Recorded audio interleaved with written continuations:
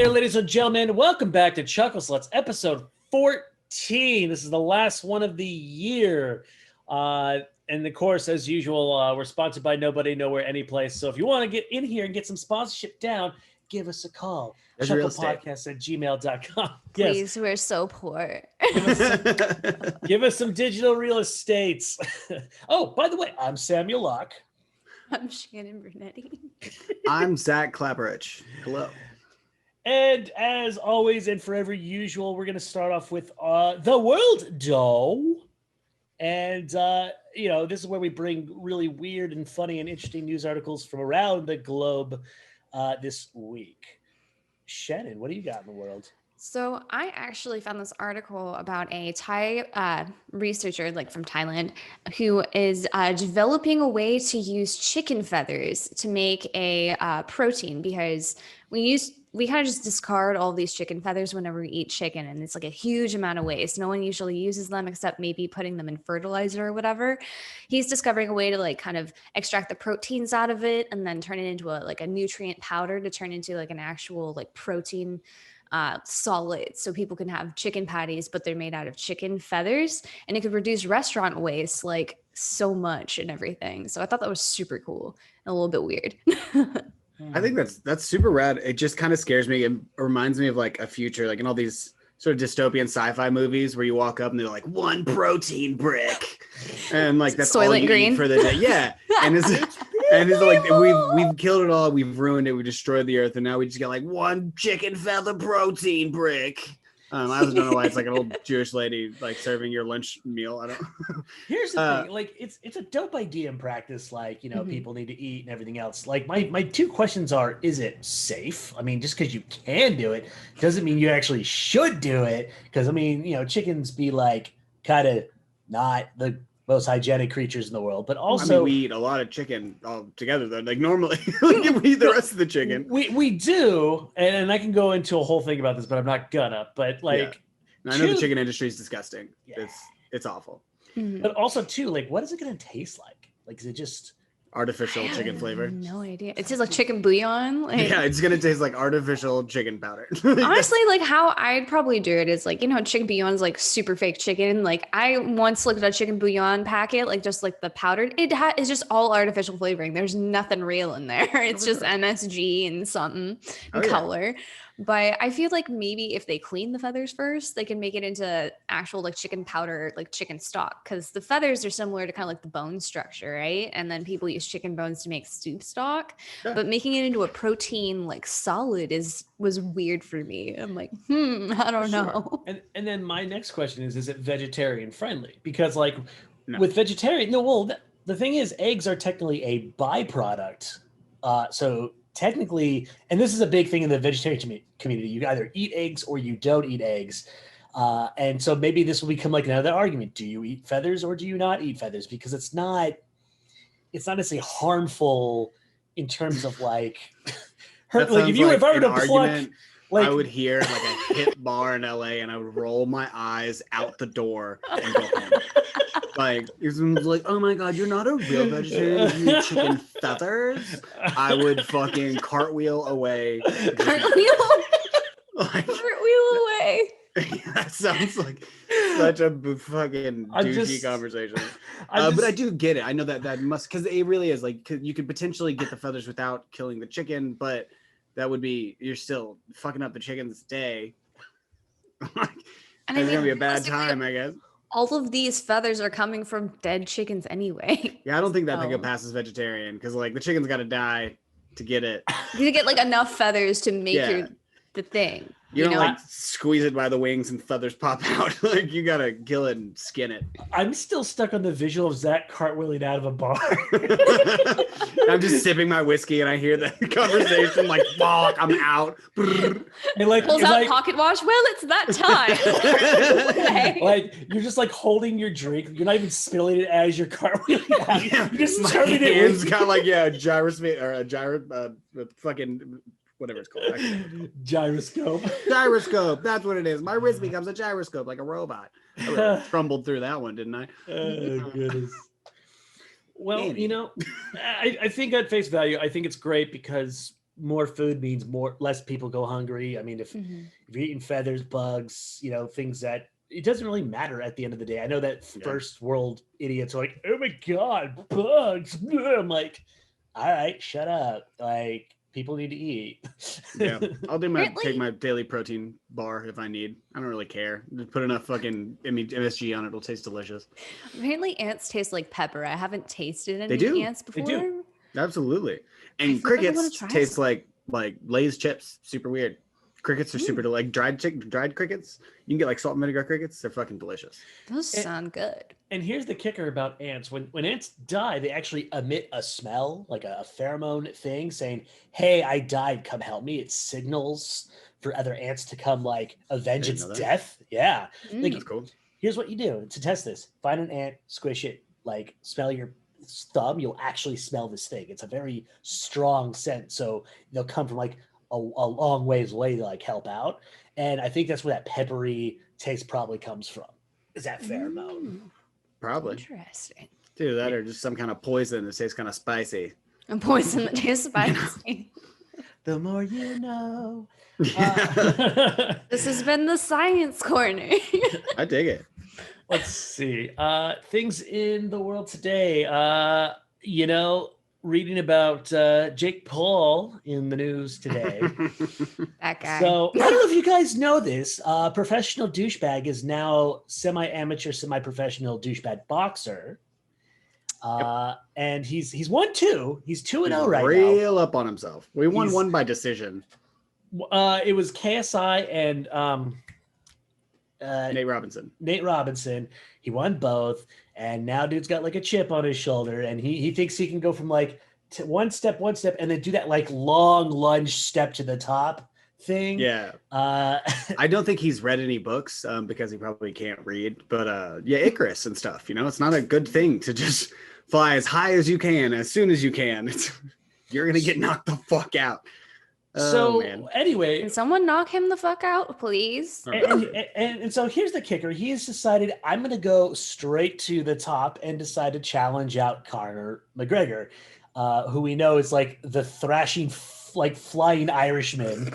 Like, you're not, I don't care who you are. It's not going to happen for you, bro. Yeah, dude's a badass. Like I would turn tail and run. And not only is he like saying, I want to do this, he's offering him $50 million just to step in the ring. I'd take his money and punch him in the face. I was about to say, if someone paid me, I would take $5 to beat somebody up. If someone was like, come on, please. Hell yeah, man. That sounds great. As long as you're down, it'd be a great time. That's the man who thinks everyone should punch each other in the face once. We're for real. I'm helping this guy out. Well, think of it this way. He's kind of like due for a couple punches in the face. Maybe this he has missed out on all of them. He's lived such a privileged life. He needs to be punched in the face a lot more. No, it won't even be like a bunch of, it would just be one good, like years long in the making punch is what right in the kisser. Yeah, just like a Mega Man rocket blast. Okay. So what if he actually did win though? What if he was like skadoosh and like Conor goes down, dude? I'd be so that let would down. be a dark day. I'd be so let down. And anyway, we'd all die because like his ego would get so big, it would block out the sun, and we'd all die a cold CO2 death. Yes. It would be rough, and it would be his fault. It'd be Conor McGregor's fault too, for sure. I think he also challenged Floyd Mayweather too. He did for sure. Like, and these guys, they're older and they've done this, and they're just probably sitting there like, yeah, right. Idiot. Mayweather like 40-0.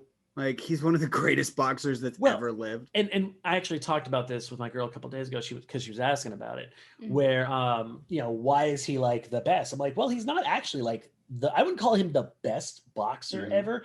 I would call him the best technical boxer. He's like one of the most efficient fighters ever. He never gets hit. He's super fast.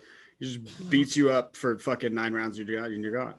Yeah. It's awesome. And by technicality, it does make him the best boxer. And I know a lot of people get big mad about this conversation because it's like, well, he doesn't actually win. It's like, no, if he's winning by points, if he's winning by technicality, you can't hit him, but he's hitting you back. You lose. That's just. But yeah, no. one of them, just any boxer worth their weight in salt, please go fight Jake Paul and get him to shut the fuck up. That's what I want in the world. Like, hell, get Kimbo Slice. Wait, did he die? I think he died. Get zombie Kimbo Slice. Well, Kimbo Slice probably has like 150 pounds on him. That's Jake Paul's like, he got big, but he's still not a giant man. Kimbo Slice was sit on Jake Paul. Huge. Sit on him. Can we get a wrestler? Can we like WWE? Can someone get the chair? Not boxing. Can someone hit him with a chair, please? Okay. I'm gonna side note 1 second. Do you guys have favorite wrestlers? Do you guys have one? Like, do you guys watch at all? I used to when I was a kid, and it was The Undertaker. I know he just retired though. Did he? I'm surprised. I think so. I think I read that he retired recently. I thought he was legit gonna die in the fucking ring. He was old when I was young. That's how old that motherfucker is. The Undertaker. Yeah, it was like 2 weeks ago, I think. Oh no, he technically retired in June 21 of this year, but he had his like final like laid to rest thing, ceremony or something last week or whatever. For me, it would have to be Mankind. I like Mick Foley is just one of the weirdest fucking things to hit WWE, like with the fucking sock puppet and just all the hardcore matches. He was just so fucking cool. Like I think he's still like involved in the corporate side of things. But yeah, no, best wrestling. That's right. You want me to go next? If you got one. Yeah, so this is pretty simple. It won't be too long. I'm just kind of excited about this. I found out about this last night. One of Katie's friends was talking to us, and I've been reading a tremendous amount. I've been listening to a lot of like books and everything. And there's a new author that came out. She released a book in 2018. She's from Nigeria. Her name is Tomi Adeyemi. And she released a book called Children of Blood and Bone. I had never even heard of this. And I got a recommendation that I looked into this. This is fucking cool. And I love that like authors are getting some like recognition nowadays. This girl, before she even released her book, had a deal signed to write 3 more books with an insane price tag on them, and got a movie bought for her by the producers from HBO. And they might potentially have Ryan Coogler directing this movie. And this is before it was even fucking released. She got at least $1 million deal just on her book publishing rights. And it's like the biggest authorship deal there's really ever been for something like this for a new author. She's like 25, and it gives me great hope in the world. The book is like about like some like kind of African mysticism. She's labeled it herself as like I think she said like a mystic African version of like Harry Potter, like this coming of age tale and like a sort of dark land with like all kinds of spiritual elements to it. But yeah, it's just super cool. I really appreciate that. I personally would love to get a book out eventually, and that gives me so much great hope. It's really cool that authors are getting recognition nowadays. Yeah. Go her. Yeah. If anybody's, everything I've read about the book as well is fucking amazing. And I'm What's super the name excited. of the book again? So I can read it. Children of Blood and Bone. Children of Blood and Bone. I just bought it on. Definitely heard of it. On Audible. Because I'm fucking trying to finish Ready Player 2 right now, and I just don't like it at all. I hear that's hot garbage. Like it's still like fun, but it just took like such a weird turn, and it doesn't have kind of like the young charm and like the like lighthearted element of it. It's just very dark and depressing. Like the main kid's just depressed the whole time because he lost Samantha, his girlfriend, and everything's just he's just having a bad time the whole book, and it's kind of depressing. I see. But I'm still gonna finish it. I didn't read all that. I did read that a lot of people thought that a lot of like the nerd drop stuff was like super pandering. I don't. It's a little bit, and it's also like he tries to be very. It suffers from a lot of the problem a lot of things are having, to where like they're trying to be too woke, if you will, and so like it almost seems forced. Like they kind of in that way that like pander to very specific types of our culture, and he can't seem to focus in, and it just seems like I'm reading like PSAs over and over and over throughout the book. It's a little weird, but what are you gonna do? But I'm trying to finish that so I can get into this brand new book. I know it's not the most exciting World Doe, but I was excited to read that. I got one more to World Doe, and I think it was on a Vice article where they were complaining that Cyberpunk 2077 has an uncomfortable amount of dildos in its world. And no, I think you're going to talk about all the hate that's going towards it right now. Oh yeah, that part. I haven't even gotten to that part, but those people can die in a fire. I hear it's amazing. I haven't gotten it yet. I hear it's amazing. I want to play it so bad. Play it on PC. Don't do any console unless you have the PS5 or like the next gen consoles. Yeah, don't and I got it on PS4, and it's the problem. Like it's just not.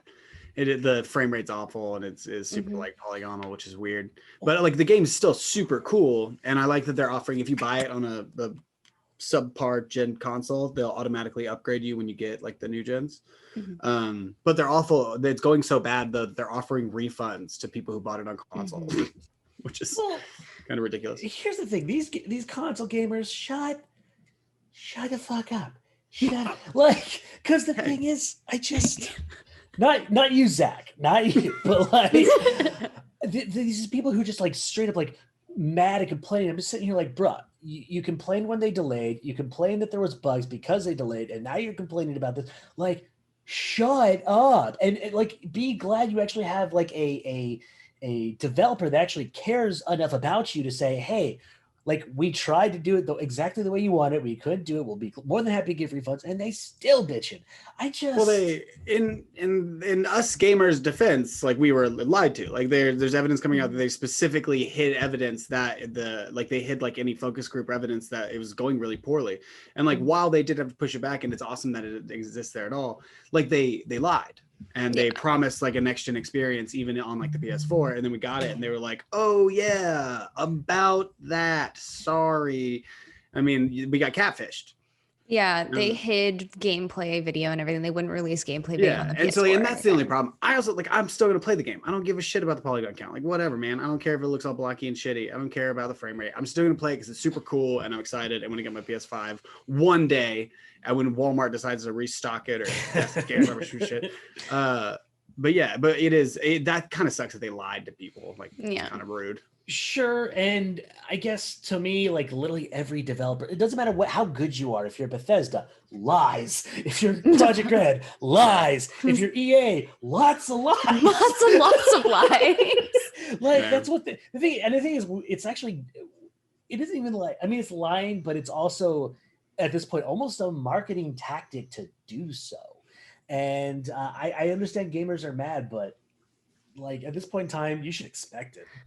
I have it on PC, and I decided to start streaming it without opening the game first. I didn't know that there was the dicks up on there. So I chose a woman character. Thank God I didn't choose the other dude, because game selection, like character selection, your character's just like fully nude. And until there's a specific dick part where because like it's his bust, and then suddenly it's like, how do you feel about your genitals? And suddenly it's like, bam, right in your face. And you can pick, do you want like a medium dick or a big dick? And which, I mean, neat. Dude, like it's kind of cool. Live the dream. And you can also you could be it doesn't matter. Like, you can play a girl and put a dick on it. You can play a guy with a vag. It doesn't matter. The game doesn't care. The game's just like, bro, do what you want with it. Have fun. Here's some options. Great representation. Yeah. Man. For me, and they don't like throw it in your face either. It's just like an option you can do. It's just there. Yeah. I was just live streaming while doing it. I was just, I hadn't read anything about it. I was going in completely blind, and I was like, oh God, it's titties. There's titties on my stream. I just imagine some dude with like a 3-foot long yogurt slinger just walking around. Yeah. You get a -1 to your dex. Slipping on cocks all day long. Yeah. But yeah, no, I can't wait to play it, even dicks aside. We're gonna go ahead and move on from this to another thing we haven't done in a while called critical fail. And for those in the D&D world, that's when you roll a 1 and some bad things might happen to you. But this is all about the best of the worst. The best of the worst things that could ever fucking possibly happen to you in the game. And normally I love starting this off with Zach, because Zach has 11 billion stories about such things. Okay, yeah. So this is like a collection of my failure and one of my players' huge successes. This was a ridiculous story. I was DMing a game I call the Circus of Merriment and Misery. Milton, get out of here. You can't drink that. Go away. Sorry. And basically like my players had all died and they woke up and like the opening thing is like, okay, so you wake up in this weird like carnival place and it turns out they're in Carnie heaven. And it is a place where it is just this giant circus and there's all kinds of game shows and weird things. And I had like a bunch of different gods that had like been running it. And it was super interesting. But we get to the end of the game and I had made a particular item that had a cool function to where it was something that wasn't necessary for the players, but I put it in there because it was a cool item I made where if a certain set of stipulations happen, if you killed somebody with this knife, you could potentially switch bodies with them if you died as like a contingency plan of sorts.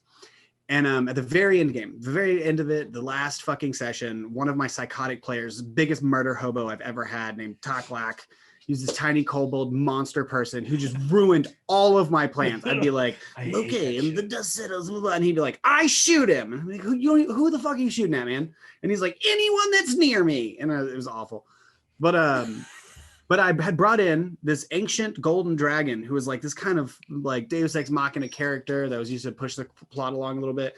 And this motherfucker ended up like critting on my dragon to just stab this dragon in the back with this little knife, gets the crit off, like meets the proper stipulations. I critical fail on my own save with an ancient golden dragon god and critical fail. And this little fucking kobold ends up dying, takes over his body and ends the campaign by being like, nah, bro, like I'm now the dragon god.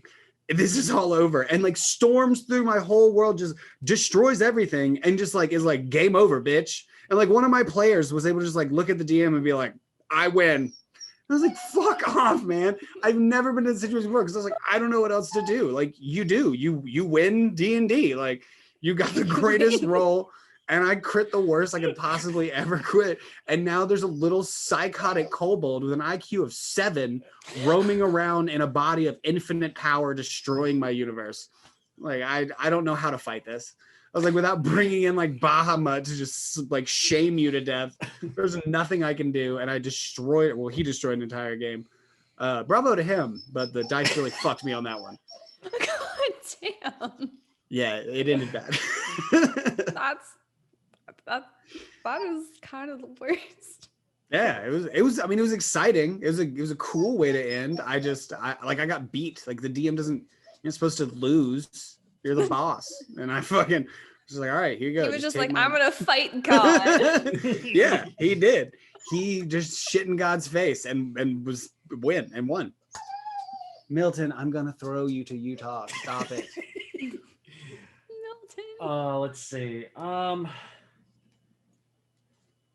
So mine, this happened about maybe 7-8 years ago. Me and my friends, we like to kind of play troll campaigns sometimes. And one of the things we wanted to do was do like an all illusionist party. And there was about maybe 6 or 7 of us. And we're rolling through and we end up coming up to the BBEG and it's just this like massive, like just dragon creature thing, right? Like god level tier. And the thing is, we're in this like enclosed-ish space. There's not a lot of room to maneuver around, not a lot of things, like not a lot of for us to do. And I come up with the idea. And I come up with this idea because it is one of my favorite spells because you can do so much with it. It's to mirror image. Mm-hmm. And because we're all illusionists, I get this really dumb, awesome idea. And I say, hey, everyone just mirror image the fuck out of me. And because there's like 6 of us and we're all pretty high level, there's like literally just hundreds and hundreds and hundreds of mirror versions of me, which at first was a great idea because what ends up happening is we can't be seen. We're like literally hiding in like camouflaged bees everywhere. Where's Waldoing it? Yeah, we're Waldoing the shit out of it. That's a good tactic right there. So what ends up happening is one of our fucking idiot peoples is like, hey, I'm going to do this like cone attack thing. And he rolls a 1. I happen to be center blast of this fucking thing. I fail to save. I die. All of it goes away. The dragon god thing was like, oh, interesting. Squish. Like just wipes the shit out of the entire fucking party. Cool idea. That's the worst. Bad roll. That's how it happens, man. It's sometimes like you do those cone of cold effects or like a fireball inappropriately placed, and it's like, all right, well, Burning like, hands. I guess we should all tear up our character sheets. Sorry, guys. That's a good one. I do like that. I like the ultimate mirror image technique there. It's like there's an item called the deck of illusions, and like every card is a different illusion. It can be anything from like a buffalo to a small dragon. Yeah. And you can take them though, and you're allowed in game to just be like fuck and like yeet out and just throw the deck in the air, and then you just have like an army of minions behind you. And so like if there's people chasing you, like they're not real minions, but the people are gonna be like, oh shit, like what's fucking happening? It can usually save you in a pinch because you just magician scatter them. I did not know that was a thing. Maybe I'll trade that out for the deck of many things. I mean, I love the deck of many things, but I mean, there are very different power levels. The deck of illusions is a wondrous item. The deck of many things is a game-breaking, god level, like fucking awful item. Like I said, with great power comes great responsibility, and I'm very responsible with those cards until I trip and I accidentally flip them all and activate them. That's true.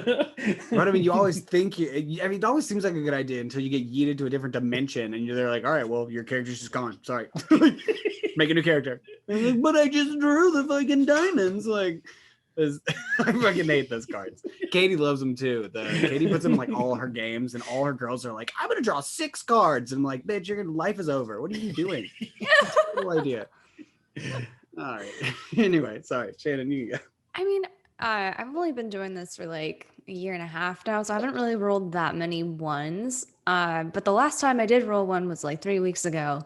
Nothing too bad happened. It had happened right after. So my party had decided to infiltrate the Cult of the Dragon like stronghold, one of the strongholds, and they were like it was a camp in a valley, and we ended up setting all of them on fire and murdering them. But there was like 2 people left, and I was trying to sneak up around, like someone was trying to shoot one of them up this cliff face, and I was trying to sneak around and like sneakily stab them. I'm not the rogue, mind you. I'm a freaking 6'5" tiefling fighter, fucking mercenary veteran with clunky ass armor. So I get halfway up, stealthing fine, climbing up this mountain, get up there, and I'm like, all right, I'm gonna sneak attack. So I roll 1 for stealth, and I was just like I just like trip and fall over. The dude turns around and is like, what? But I was able to save it. I was able to save it because I used my action surge because I had left over. So he was standing on the edge of a cliff, so I ended up action surging and using a custom melee attack that I used earlier in the campaign, and I Sparta kicked him off the side of a cliff. That's amazing. Nice. After tripping and falling on my fucking face and taking damage like an asshole. Hey man, it's all about how you get up again. You know, you did good. You did good, kid. I did good. I was gonna stay there if I didn't have action surge. DM's like, all right, you take damage. I'm like, but wait, there's more. Okay. I don't want to die. I have one more because you just made me unlock something in my memory bank. It was one of my first games. Achievement unlocked. Basically, I was playing essentially a dwarf, okay, and we're trying to like lay siege to this castle thing, right? And so my buddy got the idea from like Lord of the Rings, like, let me throw you. And I'm like, sure, why not? So, he takes his strength and he throws, and I have to essentially kind of roll a landing check, a situation check all at the same time. I rolled a 1 on both. And that's good. Yeah. Here's kind of what happens. Like, I'm coming in like a badass, just like, yeah, right? As I'm landing, right in my fucking face is a fucking cannon that is just right about ready to kick off. So not only does it kick off, like it goes right to the fucking dome. I just blast, like I'm insta death, right? But it doesn't end there because he rolls this other die. It's a bit of a homebrew. And he rolls like another dice and he says, yeah, we're not done with you yet. I'm like, what? What did you fucking do? And he's like, well, it was a hill. You rolled down the hill around where the catapults are. They see your body and they launch your body back to your friends. That's nice. I mean, that's a great way to get through that. I just sat there like, you're a fucking asshole. He's like, you rolled the ones, bro. That's fucking great. That was hilarious. Yeah. That's good. Sometimes those are when the DM like rolls a bunch of ones at you, and you just end up like going through an encounter and winning on accident. Those are the best. Like the DM's just like, well, fuck. Like I tried to fight you, but my guys fall in a pit, and you're like, yeah, this is the best day ever. I love those days. Oh yeah, no, like I like the epic success fails because those do happen sometimes where you fail so bad that you end up like accidentally killing everyone on your way down. Oh, for sure. Those are great. That's what happened with the whole. We had attempted this entire thing. It was an oil party. It turned into a weird dancey love and oil party, and the DM kept rolling like really low and like not matching our saves. And yeah, when we ended up setting everyone on fire, he rolled like that orgy went bad. That orgy went like, we're gonna all use our fire attacks on everyone. Wait, like what do you roll? Like what do I have to do? Crit? You have to like DC save 14 to take half damage. She's like, I rolled a 3. Well, fuck me then. I like that. Those are one of my favorites, like the RP ones, where it's just like a silly one. I had a buddy who it was like a history check, like we were going through a book or some shit, and he was playing a Dragonborn, and it was one of those where he rolled a 1. I think he had like advantage on it and did really bad. It was like a 1 and a 2. And the DM's like, well, you're holding your book and you sneeze out fire, and now you just have ash in your hands. And he's like, oh, that was my favorite book. And it's just like, it didn't really have any effect on the game. And I was like, that's the funniest fucking thing. Like, I love that so much. Oh yeah, I did a history check one time and I rolled a 2. It's like you see that there are pages in front of you, but you've forgotten how to read. I've got a couple of DMs they'll like get sort of like cruel with it. Like if you roll a history check, religion check, anything, he'll be like, yeah, you know that you're from this island. You're like, but I'm not from that island. He's like, no, you fucking know that you're from here. Like, you know that this spell is held by that guy. And you're like, but it's not. And he's like, but you know that. No. You are 100% sure that you're reading that book and this is what you got out of it. And you're like, God damn it. So then you got to RP that you're an idiot. Those are some of my favorite times. And like your friends will be like, why were we doing this? And you're like, because that's where the treasure is. And everyone's like, we're going to fucking die. And you're like, I don't care. Honestly, I think some of the funniest moments just like ever are just in D&D. I like people keep it. It's like people ask like, why do you do it? I'm like, have you seen the comedy that comes out of these games? That's my favorite part. I was like, I tell people that all the time. Like D&D is like playing the game is cool, but also just like sitting and laughing with your friends until you're half dead because of stupid shit all night. It's amazing. You got something to talk about for like 5 hours. It's great. I mean, or even longer though, because like 5 hours now, 10 years later, you were still talking about this shit. Yeah, for sure. Yeah. Oh goodness. Anyway, I miss critical fail. That's a good one. Yes, we need more critical fails in our I need lives. to play more Dungeons and Dragons so I can fail harder. Yeah. Well, hey, vaccine's coming out, man. I'm gonna get you over here and we're gonna run that ridiculous fucking campaign. Mm-hmm. It's gonna be so much fun. We're gonna take all the characters we made and I'm gonna fucking use them against you. You're gonna fight Kanye West. I can't wait. Yes. Stevie Nicks, Kanye West, actual Elon Musk. Can Kim K please be a hobbit? Can she be a halfling? Like that joke from South Park. Who? Can Kim K be a halfling? Yeah, for sure. And I'll have a little fucking hobgoblin Snooki. I'll get all of it. It'll be great. Oh my god, yeah. Well, definitely. Yeah, Katie just reminded me that you're playing in her game, right? Yeah, Oh, you're gonna play some fucking weird D&D. I hope you know. Oh man. Katie's games they're like Uma Thurman, just like pumped full of adrenaline. They are wild, insane, and a drug-fueled murder bender. That is what her games are. Murder benders. I'm jealous. Right? Her game is an all girls game for that, and which gets weird and catty. Oh, I'm sure. It's fucking nuts. I watched some girls like end their friendship over this game. Damn. It's a good thing I don't know any of them, so there's no friendship to be lost. I have nothing to lose. Dude, dude, bad seeds are the worst though. Like if there are some people that shouldn't just play because they take it too seriously, you know? Like I had one person, we were actually playing we were playing Game of Thrones board game, and she made it so unbelievably. We were streaming it and everything. We were turning into a whole thing. I'm not going to say names or where, but basically, like, it got so bad. It was like 2 a.m. and we were just not having fun anymore. And we're just like, dude. And we wanted to. It was just this one person, like 8 of us, one person just like ruined it for everybody. Yeah, it's all about the group, man. I mean, because everybody has like a lot of very different play styles, and like, oh my God, Milton, what the fuck was that? What was that? Did you get scared? Come here, buddy. Oh my God. I think the headless dog. Like Katie's rat. Milton, the headless dog. I'm sorry about that. But yeah, it's the point being what I was getting is there's just you have different play styles, and like you'll have some people that really want to win like any like tabletop gaming, and that's not really what it's supposed to be. But if you're with like 5 people that want to play like the game to win, and like your min maxers and whatnot, then it's fucking cool. Then it becomes like a game of strategy rather than a role play game. But yeah, it's just all about the group you have. I think like we'll be a fun group because we're all ridiculous dummies, and just it's gonna be an RP game. It'll be fun and silly. Yes, and we'll totally stream that, by the way, because by the time that happens, we'll have our streaming ready to rock, and we'll be doing stuff at Chuckle. We'll be doing stuff. We do stuff. I think it's at Chuckle _ Twitch. That's what we're at. Yeah, Chuckle Twitch. Chuckle Twitch. Anyway, we're gonna move on from this. So this is a holiday segment in a way.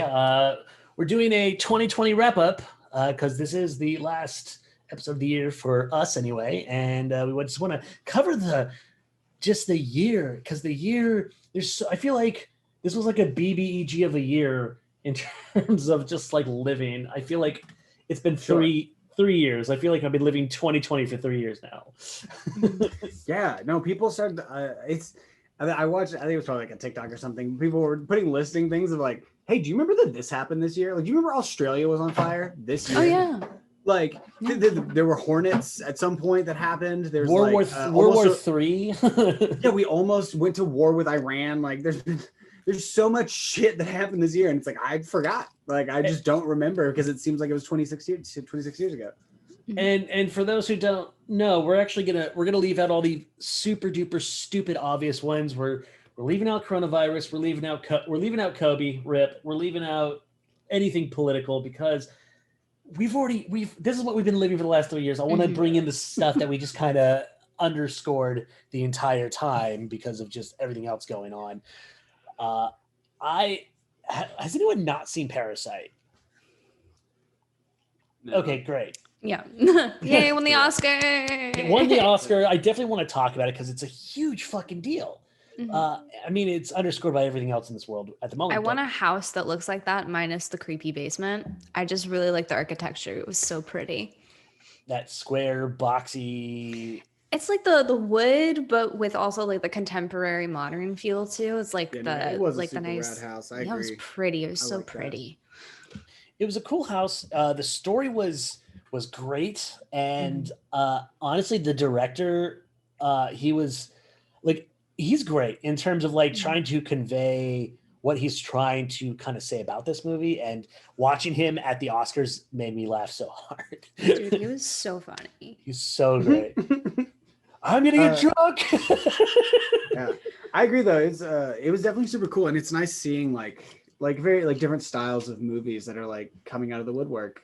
In the same way that I was excited about like authors are getting things like there's different people are opening their eyes a little more. Like the world's getting bigger in a much more extensive sense, and that makes me super happy. Like the fact that we have foreign movies winning Best Picture, the fact that we have like people of color and people of all different races coming around and like getting like achievements and real stature that they deserve is it's cool, man. I mean, it's just the world's opening up. Like it's not like they were bad and got better. It's just the general public is finally getting more open to new ideas. I think Billy Porter should just be in everything. He should just be in every goddamn thing ever.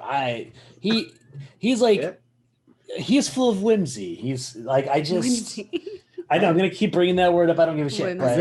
Hey, I prefer that to any of the other garbage words we've made popular. Well, like here's the thing. I'm watching him now in American Horror Story, and he just plays himself, and he's just this like super sassy warlock dude, and I'm just like, you know what, I can dig this, and I feel like that's just kind of who he's like. the sassy insert the sub genre of character here. You know, he's a sassy wizard, he's a sassy narrator, he's a sassy this, and I'm just like, you know what?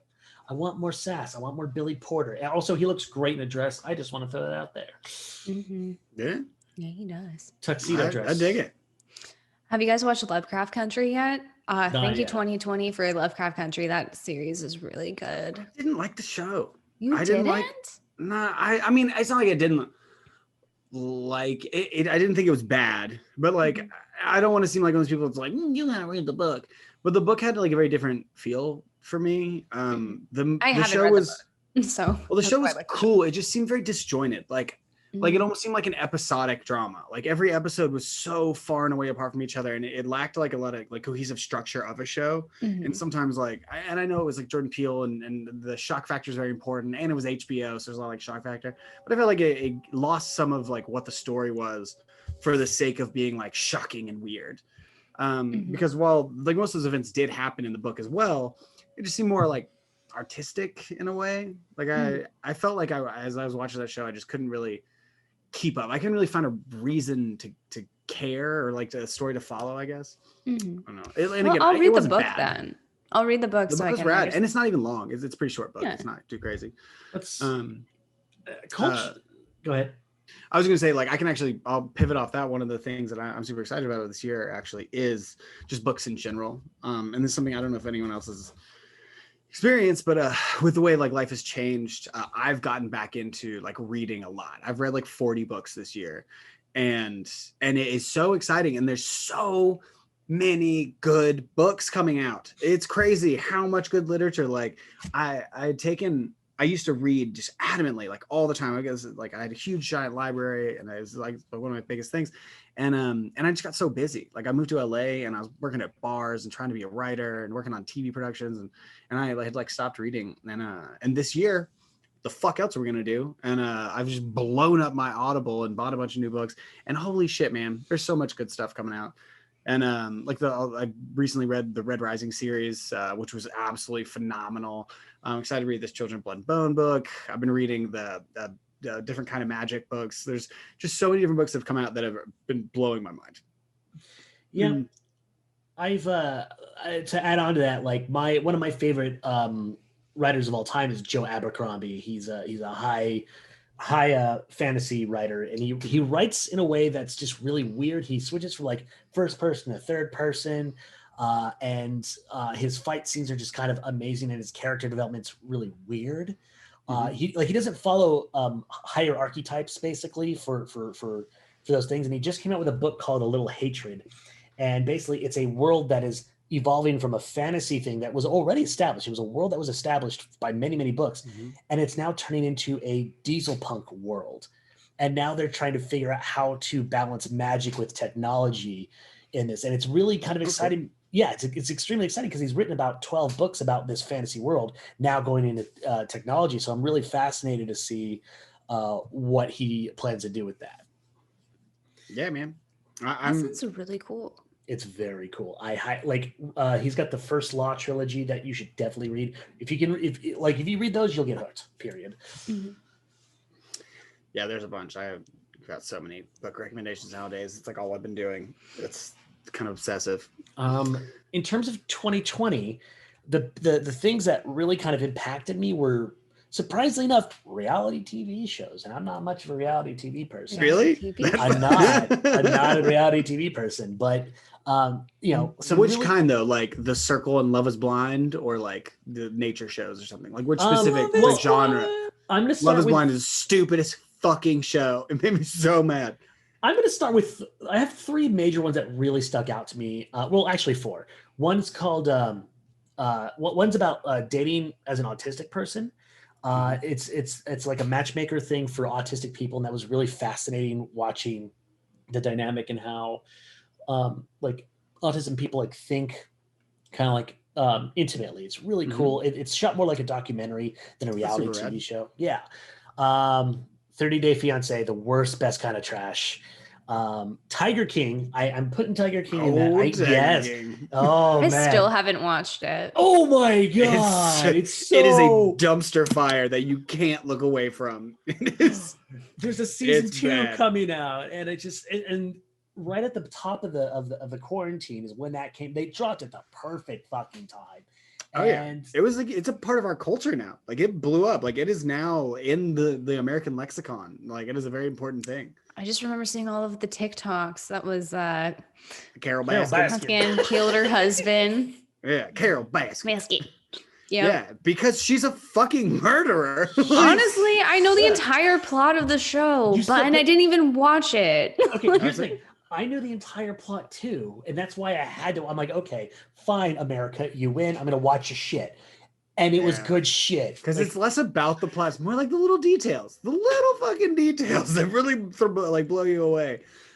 It might have been a lot. It's the most memeable show this year. Period. For sure. Also, one that came under the radar called 100 Humans, and it's 100 Humans. It's on Netflix. Very fascinating. They literally take 100 humans and they do sociology tests on them. Like one of the ones is, does time move faster or slower when you're having fun or when you're bored? Or do old people smell? Or like they just do these like random fucking. It's very depends on the old person. That's a very generalized look at like it's a dumb sect of humanity. It's dumb education is what it is, and it was so good for all the best reasons and also worst reasons. Go see it, but yeah. Okay. Shannon, what you got? You got one for this year? This year, well, a lot of stuff happens this year. I don't know. It's not really like global events, but I guess I'm just thankful for this year because of like I went through a bunch, but I'm just thankful that it's caused me to like reconnect with a bunch of people that I hadn't talked to since like college or high school even, and it's reconnecting with people like literally Sam. Wrong way. I don't know where I am on your screen. I always mirror it. Like you always end up on the other side.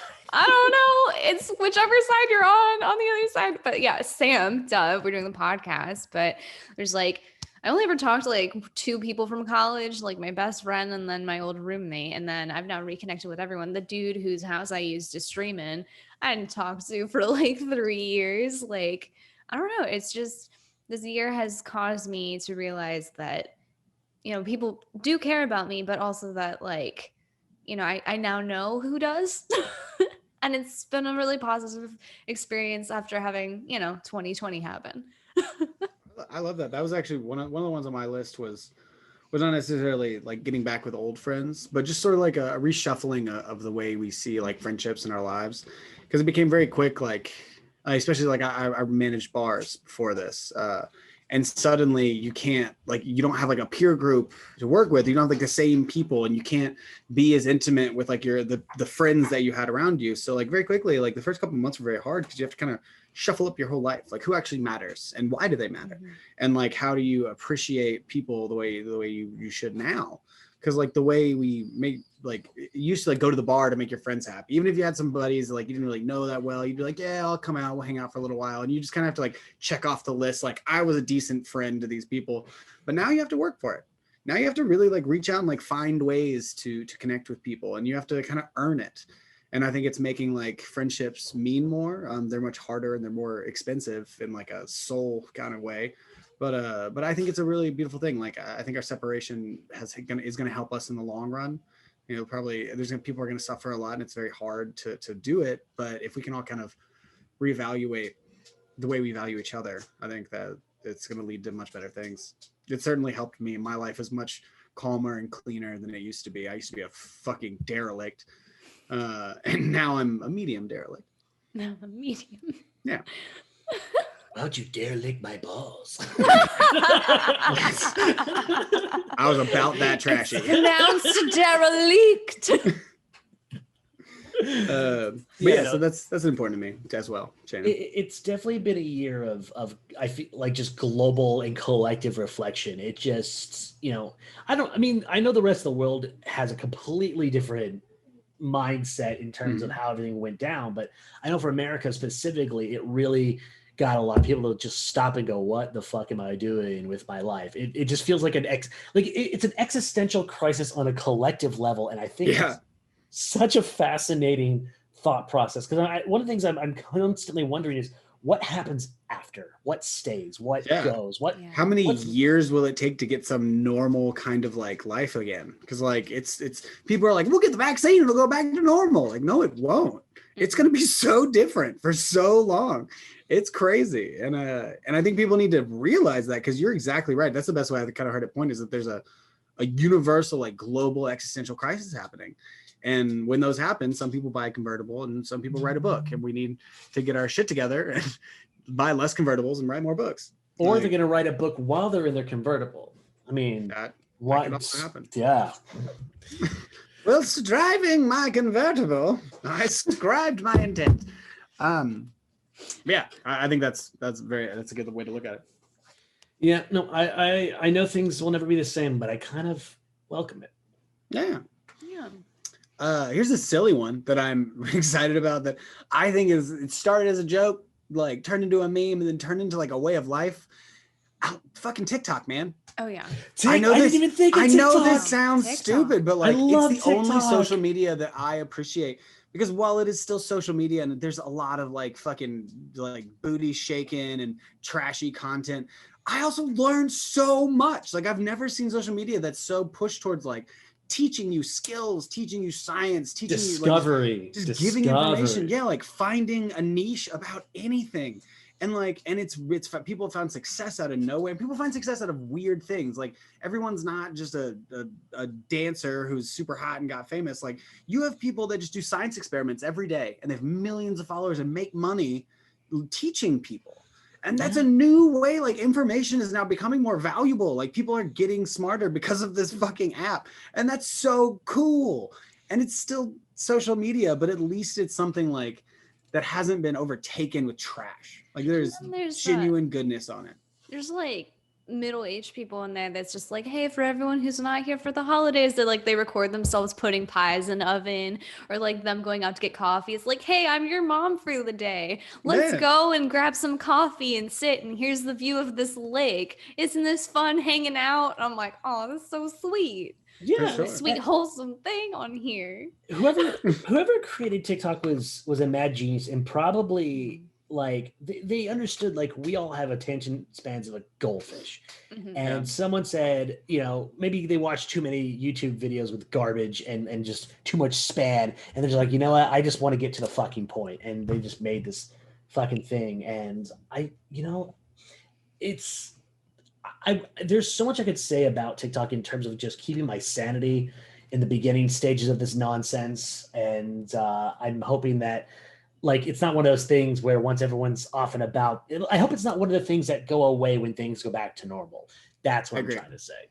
I don't think it will either. Like it's really like it's hit something cool. And I mean, on a personal level for me, like it's important, as obviously y'all know, like Katie just hit 1 million followers, which is super cool. Yeah, you're getting an innovation. And it's amazing. Like, and it's been healthy. Like you see a lot of times, like, especially like, I mean, Instagram is the most like common metaphor for it, or example of it, is like a lot of people get famous for trashy ways, and then you're not really doing anything, and it's really just about like clout and being either super hot or like the coolest person, or just lying all the time about how amazing your life is. In TikTok, people have to be actually creative and like they have to be and clever, healthily grow content. And it's super cool. It's been something that's really kept me going like this year. Like it was something I never expected to give a shit about, but it has been a weird highlight of this year for me. Yep. I'm gonna go into a couple minor things. This one isn't exactly minor. It's more like medium. The U.S. and Taliban had a peace treaty this year. I know I wasn't gonna talk politics, but it's not really politics as we know it anyway. And I think that's pretty fucking cool because that's amazing. As a guy who went over there twice, I've always wondered, when the fuck are we going to end this shit? Because there's no point to be there anymore. Like, even when I was there, we didn't really know what we were doing there. It's like, if you've ever seen Red versus Blue, it's kind of like, we're in a box canyon. If one of us wins, we keep the canyon. If the other one wins, we keep the canyon. That's it. Yeah. For sure. And I think there's a fatigue of war in a lot of ways. Like I think the world is getting a little smarter and getting just tired of just this like slow grind of Earth, man. And like while we're still on rocky roads in a lot of places, like I think there's a fatigue that's helpful. Like the world's been at war for so long, for so many stupid ways, especially in the Middle East. Like, I mean, it's just centuries of war for no reason. And like when there's these small victories, that's really something to be happy about, to really fight for it and make a bad pun. And then in terms of minor things, I got 3 minor things, and that would be aliens. Aliens is... I was gonna bring that up and be like, yeah, let's talk about the paranormal shit. So this year, we've actually covered a lot of it because it came in more or less the back half, but it started realistically in like, I think February, where the Pentagon was like, hey, we're just gonna put out these UFO things. And no one cared at first, but then it started getting traction. People were like, wait a minute. This is actually real. This is real stuff that's happening because Tom DeLonge was like, hey, everyone, this is legit. We did this, and just Tom DeLonge letting us know that there are aliens afoot is probably one of the weirdest news of 2020, period. I love that shit. And not just the aliens, but like I've talked about a million times, like there's this sort of like paranormal, like super history of Earth that people are really digging into, and people are really giving a shit now. And they're like, there must have been ancient civilizations, and there's like, I mean, it doesn't go so deep as to be like, there's lizard people breeding with our politicians. But like, I fully believe like there's some weird shit that happened on Earth. There's probably aliens about. Like, I'm really diving into all this shit. And one of the ways I've learned about it is fucking TikTok. I've learned a tremendous amount about it. And the things we're still dealing with monoliths. We have the Israeli Defense Force guy saying, yeah, aliens totally exist, and Trump knows about it. And then we have the other guy from the United States. I don't remember what he was doing, but he was like, yeah, they're like just all these senior. I will say the Iranian intelligence guy seemed a little bonkers, and he's like almost 90 years old and released this thing. And if you read like most of what he wrote, it's a little far-fetched, but exciting. Yeah. I'm hoping that within maybe the next, I would say, 10 years, we either get the truth, maybe first contact. I doubt first contact, but at least something that can help us kind of put closure to the fact that we're not alone in this world, because then we could just be, part of the galactic community. Join the Federation. Like they're gonna let us in there. It's like that South Park episode with the space bugs, where we just failed the test, and they're like, "Yeah, you're not allowed ever. Humans are dumb. Space bugs, really?" Like, as Bo Burnham would say, as God, why the fuck would I want to kick it with you? There are about 1 million aliens that are cooler than you. Exactly. Here's a really small one. Just a quick thing that makes me super happy. I don't like to be touched very much. Like I've never been a big hugger. I don't even if like a handshake isn't necessary. I don't like to do it. And nowadays, nobody wants to fucking touch anybody, and it makes me so happy. I don't have to come up to that point where it's like here or here. What are we doing? I just don't fucking touch people. That's one of the few things that they say are going to go away forever is the handshake. Which I'm okay with that. I don't need this like power handshake to sure. And there's a bunch of rules, and there's like secret rules that you have to just know intrinsically about handshakes in the modern age. Because now like you'll go meet with a movie producer who's like 50, and you'll be like, oh, hello sir, my name's Zach, and he's like, what's up, man? And like go for like a weird old white dude dap, and it's like, what are you fucking doing, man? Like shake my hand or don't, like I don't know, but now I feel uncomfortable. Like I don't know what to do. Elbow tap. Yeah, and now we just boop, like stay as far away from me as possible. I'll keep this 6 feet forever, man. I want to do the weeb salute. I just want to like hail Zeon. For me, I like that people can't stand super close to me because like people especially, like the only shopping I like is grocery shopping. So like at least I've been able to like cook and do cool things. That's another thing. I got to learn so many other recipes that I just had time for now during quarantine. I'm like, I always loved cooking, but I'm like, look, I now have like 8 hours to make a braise. Wow, look at me. But there would always just be people like in your personal space when you're waiting in line for anything. You're like, bro, like what are you doing? And especially as a tiny ass girl, and there'd be like dudes on their phone, like in your personal space, or like brushing past you and touching you as they're like walking by. I'm like, I'm glad that's gone forever, because I like my personal space. It's like Rick and Morty, 1 personal space, 2 personal space. Well, is there someone in here? Personal space.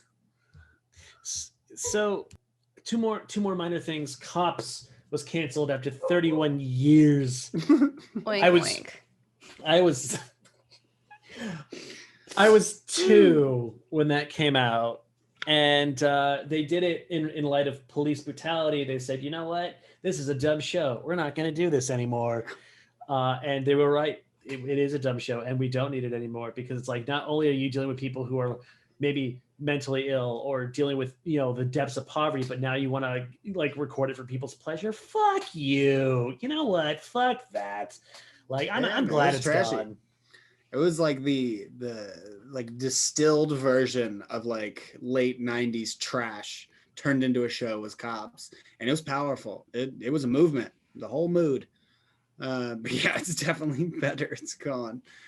What a weird thing. What a weird culture we have, that we just had a 30-year-old show of like angry old cops beating up rednecks. Just and when people were hyped, I was hyped. Like I was a part of it. I watched it, and it's awful.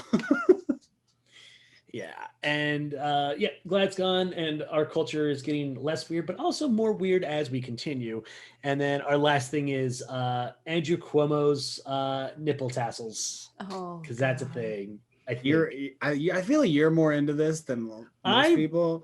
I'm into this because it's like, I want to know what freaky things he's into. Like, if you're the mayor of New York and you're doing like this eyes wide shut thing under your shirt, I want to know more. But like in the, not like the I don't want to know in like a sexual way, but more like a God eye view kind of way. Also, you explain what happened. Because okay, you right. just said the word nipple tassels without any other explanation. Right. Okay. So because this went so far under the radar, during the early days of C19, when he was doing a bunch of like interviews and stuff, he had a shirt on that was like really thin, and it very much looked like he had nipple piercings, and this became like a whole thing for like a good second and a half, and it just kind of went under the radar, and I found it's not even remotely important for 2020. I just wanted to remind you that this existed as we close out the show.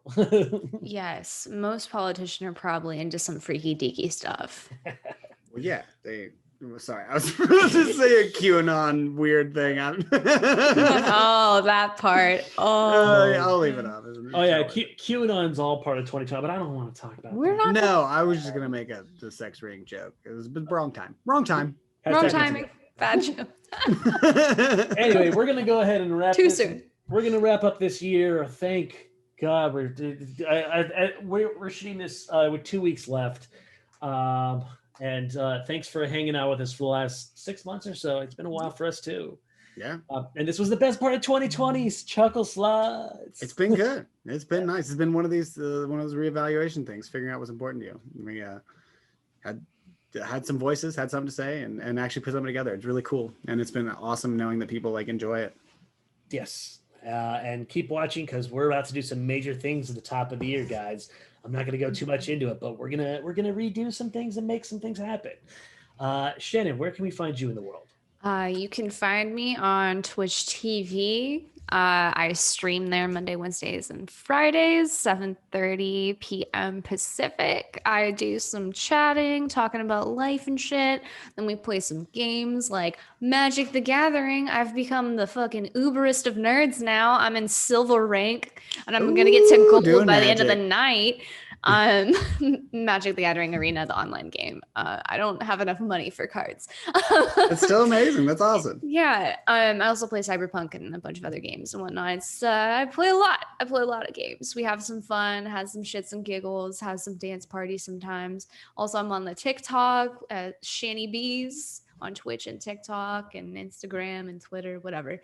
I'm everywhere. Zach, where can we find you in the world?